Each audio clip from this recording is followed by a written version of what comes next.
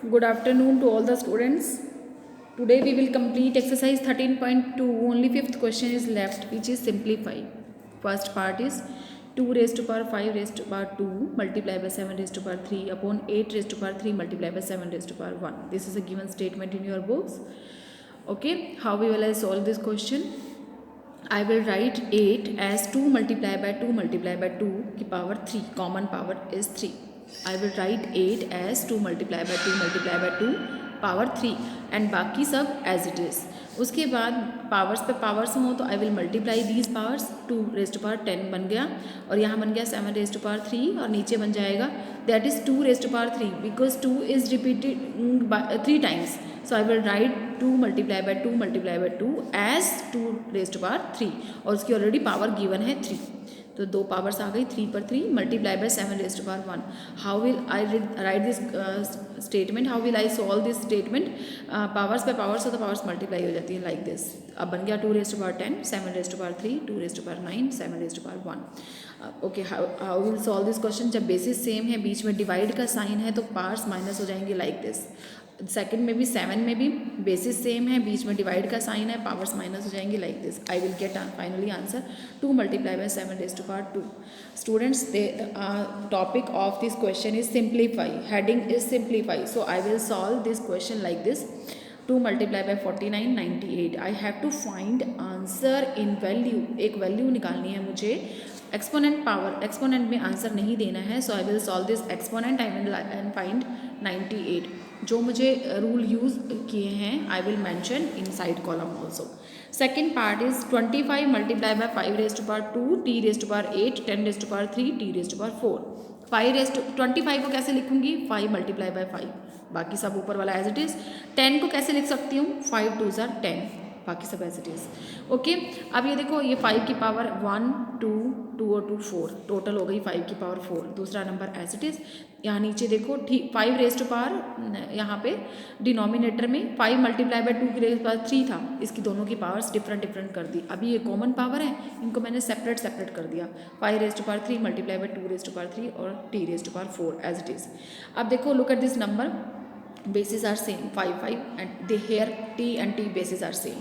So or there is divide sign also. So I will use the formula like this. 5 raise to power 4 minus 3 exponents minus हो जाएंगे.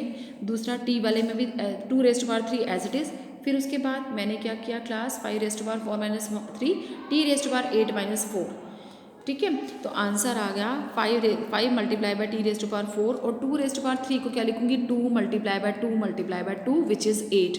सो my final answer is 5 टी raise to power 4 upon 8. जो जो मैंने laws use किए हैं I will mention the laws in the separate column. Okay, third part is 3 raise to power 5 10 raise to power 5 upon 25 5 raise to power 7 और 6 raise to power 5. बच्चों, how I will do this question? इस 10 को break कर दूंगी 5 into 2 में और powers को, और 25 को भी ब्रेक कर दूंगी 5 इंटू 5 में.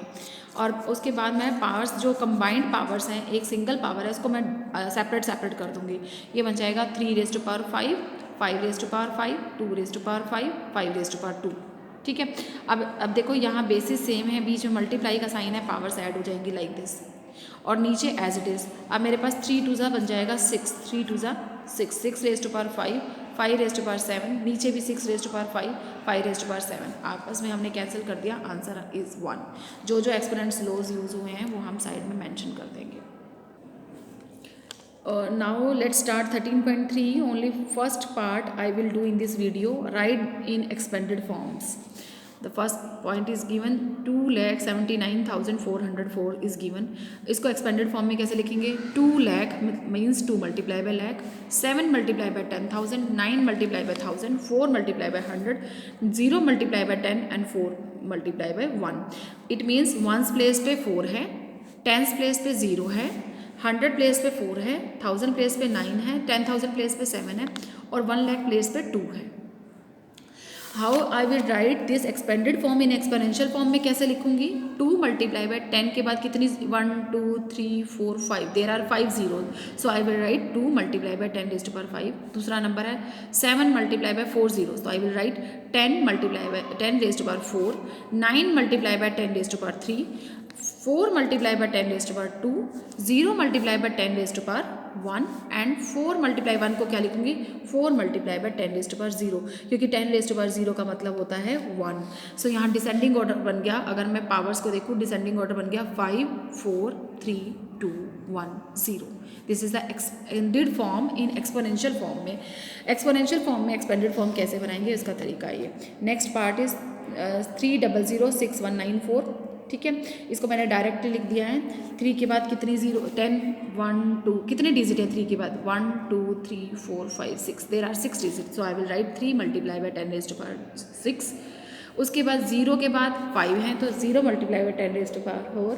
फिर next digit is 0 0 multiply by 10 raised to power 4. Next is 6. 6 के बाद कितनी डिजिट है 3, तो I will write 6 multiply by 10 raised to power 3. फिर 1 multiply by 10 raised to power 2, 9 multiply by 10 raised to power 1, last में 4 multiply by 10 raised to power 0. Next number में भी ऐसे करेंगे. 2 के बाद कितने डिजिट है 1 2 3 4 5 6, तो 10 की पावर 6. 8 के बाद 5 डिजिट है 10 की पावर 4. 0 के बाद 4 डिजिट है तो 10 की पावर 4. और 6 के बाद कितने हैं 3. देन उसके बाद 1 के बाद 2, फिर 9, फिर 1 और फिर लास्ट में 0. आगे नेक्स्ट है 1 2 0 7 9 719. 1 के बाद कितने डिजिट है 1 2 3 4 5, तो आई विल राइट 10 की पावर 5. 2 के बाद 4 डिजिट है तो 10 की पावर 4. 0 के बाद 3 डिजिट है तो 10 की पावर 3. उसके बाद 7 के बाद 2 डिजिट है तो 10 की पावर 2. 1 के बाद एक ही डिजिट है तो 10 की पावर 1, और लास्ट नंबर पे 9 है तो 9 multiply by 10 raised to power 0. Last part भी ऐसे करेंगे. 20068. 2 के बाद कितने डिजिट है 4, तो लिखूंगी 10 रेज़्ड टू पावर 4. 0 के बाद 3 डिजिट, 0 के बाद 2 डिजिट, 6 के बाद 1 डिजिट, और 8 के बाद कोई डिजिट नहीं है तो 10 raised to power 0. That's all for today.